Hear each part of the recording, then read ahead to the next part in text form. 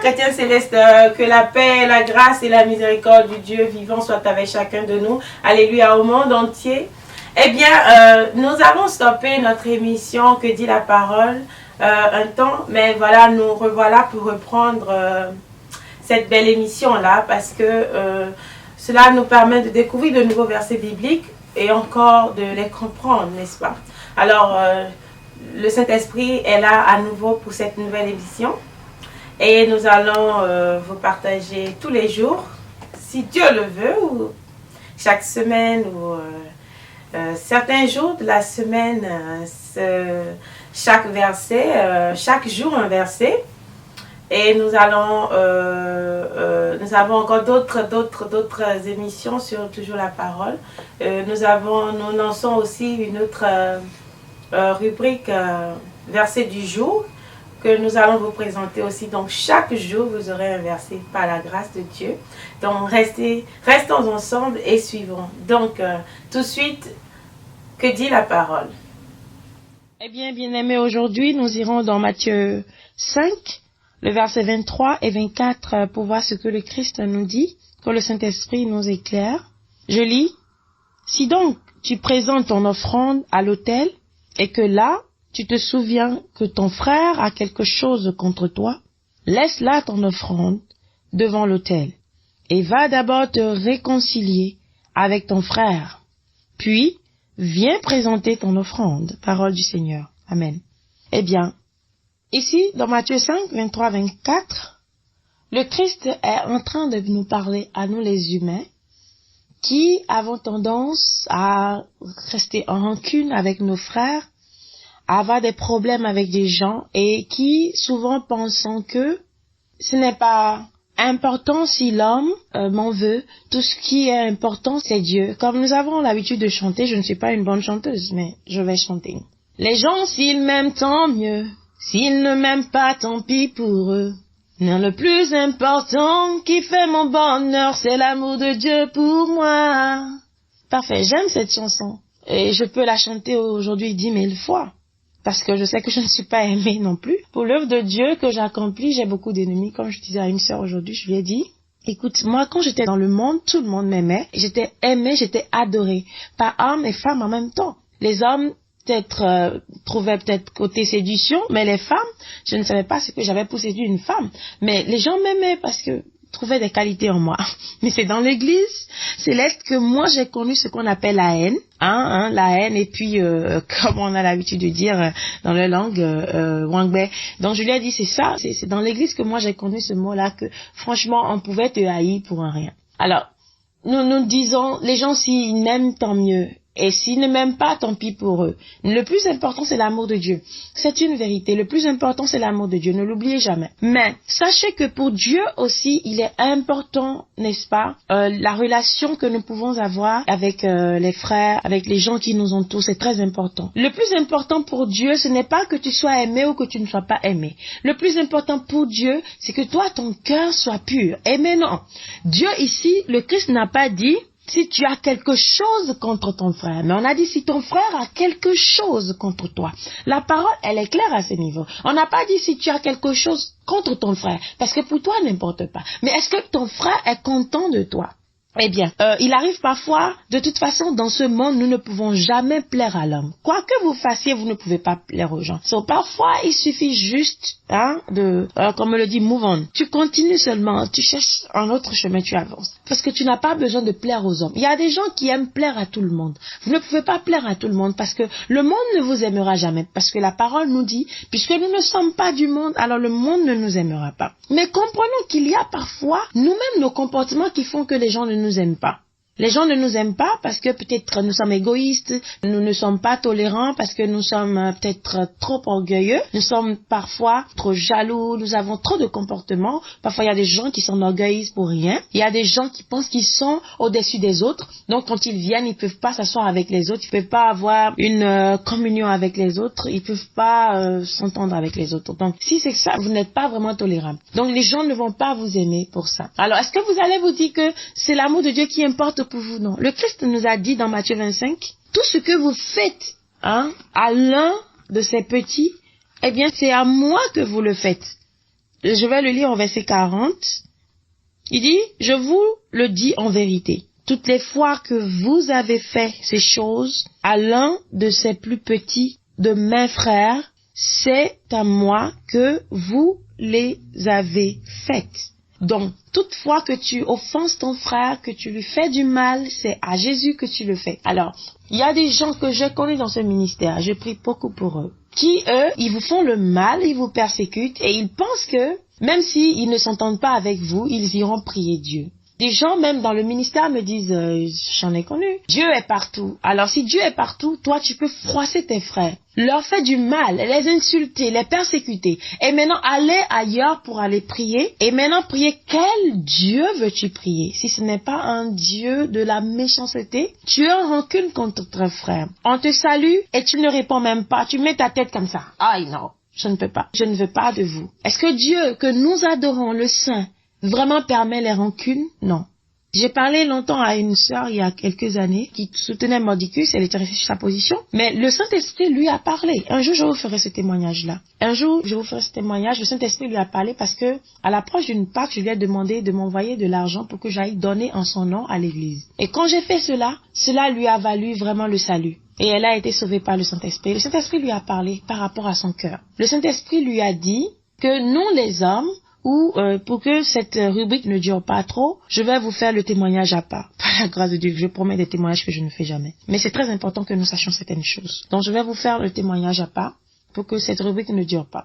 Bien. Donc nous pensons parfois que l'amour de Dieu seul nous suffit. Nous opprimons les autres, nous les offensons et nous allons rendre une action de grâce, bien-aimé. L'Éternel ne prendra pas ton action de grâce. Tu es en rancune avec des gens et tu vas prier. Non, c'est très difficile. Je disais à une chose tout à l'heure, moi je suis comme ça. Je lui parlais un peu de ma mère.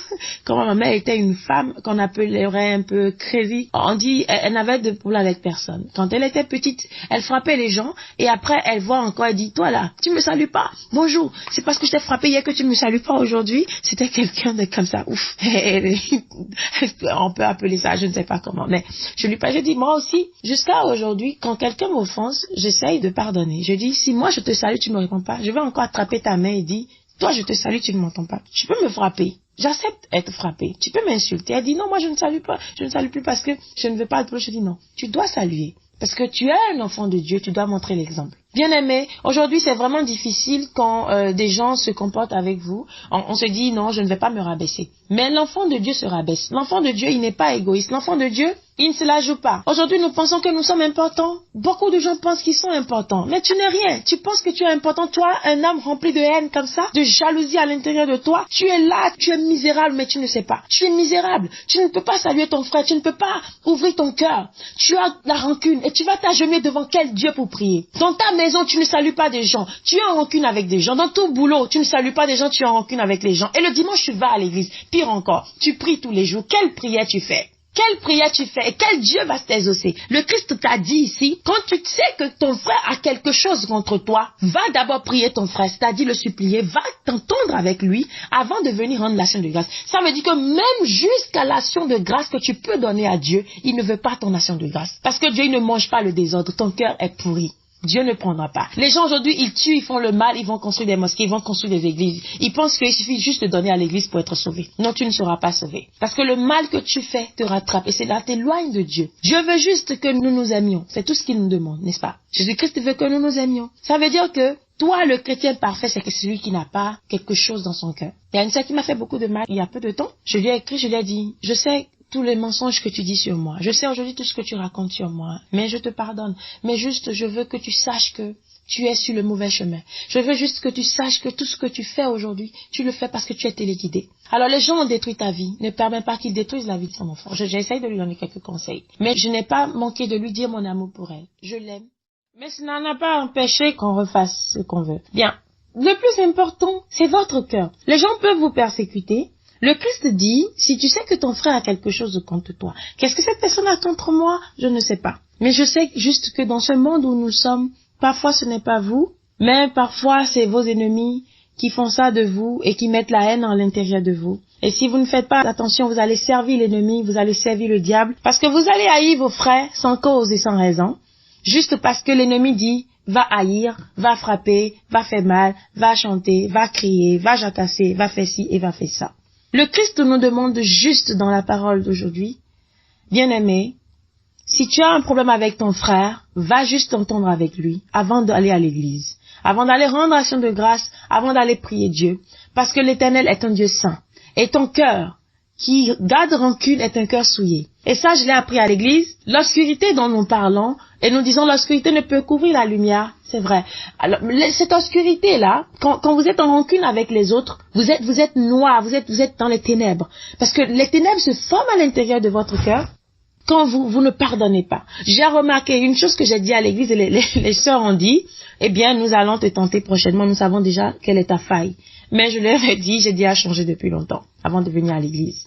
Et les gens ont pris pour aller mentir sur moi à l'époque, à mon père, que moi j'ai dit quelque chose de mauvais. Je lui aurais juste dit que moi, autrefois, quand j'avais des rancunes avec quelqu'un, enfin pas de rancune parce que j'en ai jamais eu depuis mon enfance, mais juste il m'arrive parfois d'avoir quelque chose contre des gens, peut-être parce que quelqu'un m'a fait quelque chose. Une fois, j'avais un problème avec une truie, je ne la connaissais pas trop. Je l'ai vue me menacer qu'elle allait prendre mon petit ami, quelque chose comme ça. Et elle a dit à ma sœur, alors j'avais quelque chose contre cette fille-là, en plein plus ça de la jalousie, et peut-être transformée en haine ou je ne sais pas. Mais dès que j'ai vu cette fille, j'ai eu tellement mal au ventre que j'ai commencé à faire la diarrhée. Alors ça, je me suis dit, donc je ne suis pas quelqu'un qui est fait pour avoir la haine ou pour avoir un sentiment négatif en lui. Donc, parce que dès que j'ai un sentiment négatif, je vais aux toilettes. Donc, je dois me libérer pour ne pas tomber malade pour quelqu'un. Donc, très tôt, j'ai déjà appris à refouler depuis mon enfance. Donc, vous savez, quand vous le faites, bien même que la personne vous fasse mal, ce n'est pas vous, ce n'est pas la personne qui est affectée. C'est ce que le Saint-Esprit a dit à cette sœur-là en témoignage. Je vous ai dit, par la grâce de Dieu, je ferai ce témoignage parce que c'est très important et très riche. Le Saint-Esprit lui a dit qu'il y a des gens, quand on leur fait mal, l'autre qui a fait mal a déjà oublié, mais c'est celui à qui on a fait mal qui continue par demeurer dans l'obscurité. Comme il y avait un chant de quelqu'un que j'aimais dans le monde, j'appelle pas son nom ici, mais bon, juste qui chantait on peut pardonner mais jamais oublier, quelque chose comme ça, qui disait le sorcier oublie mais les parents de la victime n'oublient jamais. Donc c'est quelque chose qu'on se dit, bon oui, on dit dans des adages que c'est celui qui te frappe avec le couteau qui oublie, mais celui qu'on a frappé avec le couteau, lui n'oublie pas parce que la plaie est restée. Mais dans le Seigneur, il faut que nous effaçons cette plaie-là. Parce que quand tu gardes cette plaie, bien-aimé, elle va toujours te rappeler la douleur que tu as ressentie quand tu l'as eue. Donc il faut oublier. J'ai un frère qui me disait, tu sais, il y a quelque chose que tu m'as fait quand j'étais un enfant et je ne t'ai jamais pardonné, je l'ai gardé à l'intérieur de moi. Je dis, waouh, tell me. Il me dit, oui, quand on était enfant, tu m'as frappé une fois pour tel. J'ai dit, oh, really? Je me rappelle pas. Il m'a dit, tu as oublié? J'ai dit, oui, j'ai oublié. J'ai dit, mais attends, comment tu peux garder quelque chose comme ça? J'ai toujours dit à ta sœur de ne pas garder la négativité à l'intérieur d'elle. Je ne comprends pas pourquoi vous gardez les mauvaises choses. Je lui ai dit, mon frère, moi je ne garde jamais les mauvais souvenirs, je ne garde que les bons. Et c'est ce que je disais toujours à ta grande sœur. Moi je ne garde que ce qu'on me fait de bon. Mais ce qu'on me fait de mal, je l'oublie et je l'enfouis à l'intérieur de moi, dans mon subconscient, pour ne jamais me rappeler. Parce que si je me rappelle, je ne vais jamais aimer celui qui m'a fait ça. Et comme je n'aime pas avoir de mauvaises relations avec des gens, donc je pardonne toujours. Autant de fois je suis offensée, autant de fois je pardonne. Ce n'était pas ma force. Aujourd'hui, j'ai compris avec le ministère que j'ai accompli que c'est Dieu qui m'a rendu ainsi, qui m'a fait naître ainsi, pour que je puisse faire ce ministère aujourd'hui. Ce ministère est un ministère ingrat, comme mon père le dit, un ministère ingrat. Donc les gens, ils vous haïssent. Quoi que vous fassiez, quoi que vous leur donnez, je me sacrifie pour des gens, je meurs pour des gens, je me tue jour et nuit pour des gens, mais ils sont jamais reconnaissants. Ils vous persécutent, ils vous font tout le mal dès qu'ils ont l'occasion. Donc, il faut toujours leur pardonner pour pouvoir avancer dans la vie. Aujourd'hui, je vous dis toutes ces choses parce que la parole de Dieu l'a dit. que nous puissions aller nous entendre avec les autres d'abord. Maintenant, si tu vas vers la personne et qu'elle ne te répond pas, ce n'est pas important, tu as déjà fait le grand pas. Alors Christ se charge de la personne plus tard. Mais toi, chrétien, toi, tu dois pardonner, toi, tu dois essayer d'avoir une bonne relation avec les gens. Et je vous en prie, je profite pour vous dire, comme je l'ai dit à ce frère hier, moi je garde les bonnes choses. Je lui ai dit, comment tu as pu garder ça? Il dit, ça m'a marqué, moi quand quelque chose me marque, je dis non. Et aujourd'hui, je t'apprends qu'il ne faut jamais, il faut changer. Commencer à pardonner, ne jamais faire chose. Je lui ai dit, pour la raison pour laquelle je t'ai frappé, je ne m'excuserai pas. Parce que si ça se reprend aujourd'hui, je ferai encore la même chose. Je continue pas à frapper les gens pour ça, encore. Donc, je ne me sens pas coupable de quelque chose. Je lui ai dit, nous, en Afrique, quand on fait quelque chose de mal, on frappe. Mes parents m'ont frappé. Mon père, lui, ne frappe jamais personne. C'est quelqu'un de comme ça. Il est comme ça. Il parle pas, il frappe pas, il est pas sévère, on se dit. Mais ma tante, waouh, elle nous frappe et bad. Mais je lui ai dit, je ne peux pas haïr ma tante aujourd'hui, je l'aime encore. Et je la bénis aujourd'hui de m'avoir vraiment bien éduquée ainsi. Parce que sinon, je serais peut-être dans la rue aujourd'hui. Elle m'a permis d'être une femme décente aujourd'hui. Donc, l'éducation nous permet vraiment d'être chose. Donc, nous ne pouvons pas en vouloir à nos parents parce que nous faisons mal et qu'ils nous frappent. Vous voyez, donc, ça c'est un autre cas. Mais nous, aujourd'hui, dans la société, quand nous grandissons, nous avons des relations amicales, et choses, puis on s'en veut, on est jaloux de l'autre, il y a peut-être quelque chose qu'il m'a dit, et tout de suite on pique. On ne me dit jamais ça. Non, il ne pouvait pas me parler ainsi. Non, moi on ne me dit pas ça. Moi on ne me parle pas ainsi. Bien-aimé, tu n'es rien.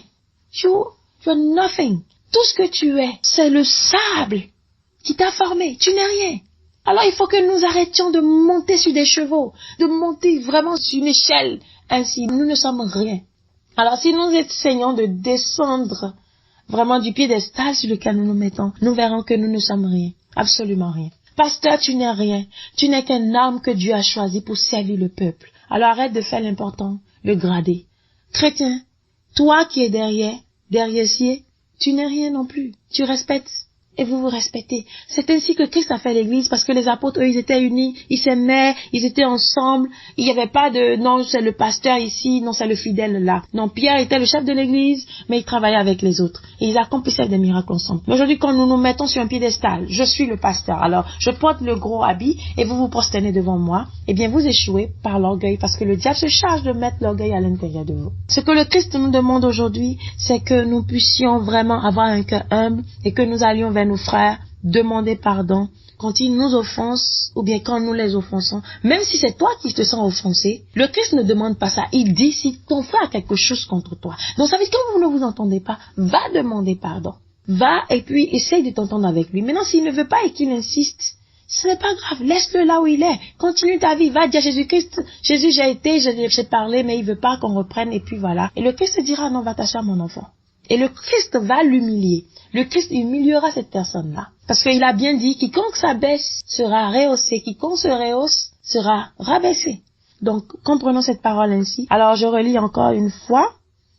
Si donc tu présentes ton offrande à l'autel, et que là, tu te souviens que ton frère a quelque chose contre toi, laisse là ton offrande devant l'autel, et va d'abord te réconcilier avec ton frère, puis viens présenter ton offrande. C'est tout, simple.